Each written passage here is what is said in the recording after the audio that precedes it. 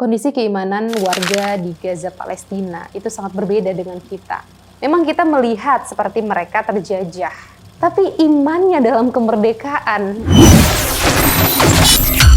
Hijrah Fest Update.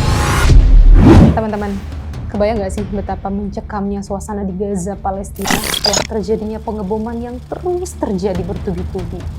Sampai akhirnya listrik padam, internet terputus, dan nggak ada komunikasi yang bisa mereka jalin.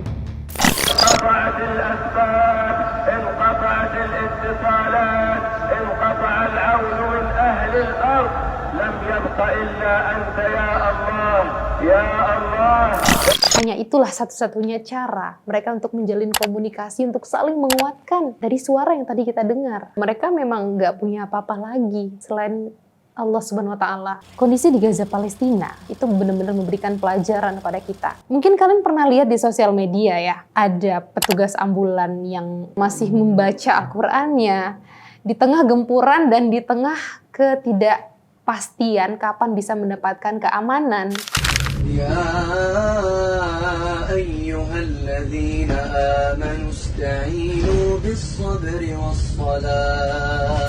Bahkan ada video tentara, ia memvideokan kondisi di depannya dan kemudian ia tertembak, lalu ia harus mengakhiri hidupnya di saat tersebut, tapi dengan kalimat akhirnya adalah syahadat.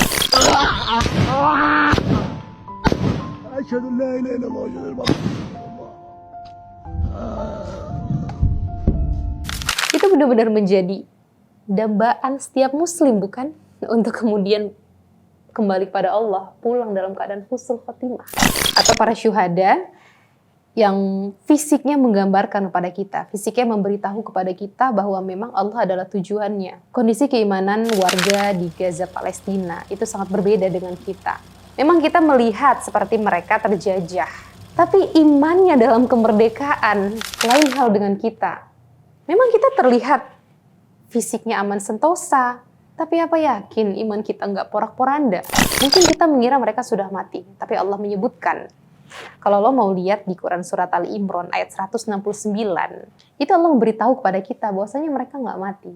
Mereka hidup di sisi Allah, bahkan mendapat rezeki. Keimanan para pejuang dan warga di Gaza Palestina sana itu sangat amat berbeda dengan kita. Kita juga bisa lihat dari postingan para syuhada sebelum mereka menghadap Allah Subhanahu wa Ta'ala, di antaranya mengatakan bahwa mereka akan meninggalkan Gaza, tapi hanya ke surga. Allahu Akbar. Betapa memang mereka sangat berpegang teguh terhadap yang sedang mereka jalankan. Dan para pejuang di Gaza Palestina itu memiliki akhlak yang luar biasa. Gue akan ngasih tahu lo dulu sebuah cerita atau analogi ya.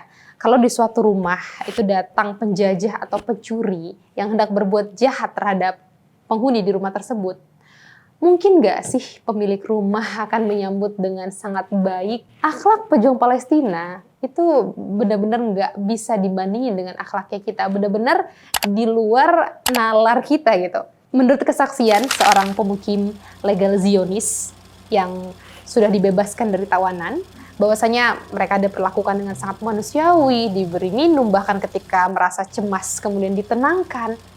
My mom is saying that they were very delicate and gentle with them and took care of all their needs.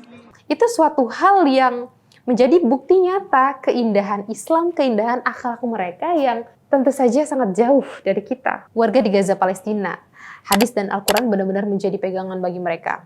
Para wanita di sana, mereka menjahit kerudung dan pakaiannya. Ketika mereka memang harus ketemu dengan penjajah, itu dalam keadaan yang tidak tersingkap kerudungnya. Benar-benar memegang teguh apa yang menjadi kewajiban. Bukankah perintah yang Allah turunkan itu sama? Yang Allah turunkan kepada wanita di Gaza Palestina dengan kita. Penjajahan di Palestina, itu korbannya tidak mengenal usia. Dari ribuan orang yang sudah terbunuh, tidak hanya dari orang dewasa, tapi juga usia lansia atau bahkan anak-anak kecil yang mereka nggak punya salah apa-apa. Gimana perasaan anak-anak di sana gitu? Harus kehilangan orang tuanya, harus melihat kakak dan adiknya, mungkin dengan umuran darah. Banyak aksi-aksi yang sudah diselenggarakan di berbagai negara. Kalau lo pernah lihat juga ada satu video, ini tentang menyuarakan dukungan kepada Palestina, tapi kali ini bukan datang dari orang dewasa. tapi dari anak kecil ataupun anak-anak yang mereka sedang bermain games Roblox. Di tayangan tersebut, mereka mengibarkan bendera Palestina. Dan hal tersebut mereka lakukan untuk menyuarakan dukungannya terhadap warga di Palestina. Bukankah kita bisa mengambil pelajaran dari kisah Nabi Ibrahim alaihissalam yang hendak dibakar oleh Raja Namrud? Ketika api kemudian dinyalakan dan burung pipit mengambil air dari danau dengan paruh kecilnya dan meneteskan air tersebut ke kobaran api. Sampai burung gagak heran. Apa yang kamu lakukan burung pipit? Tapi apa yang dikatakan burung pipit? Setidaknya aku punya alasan di hadapan Robku kelak.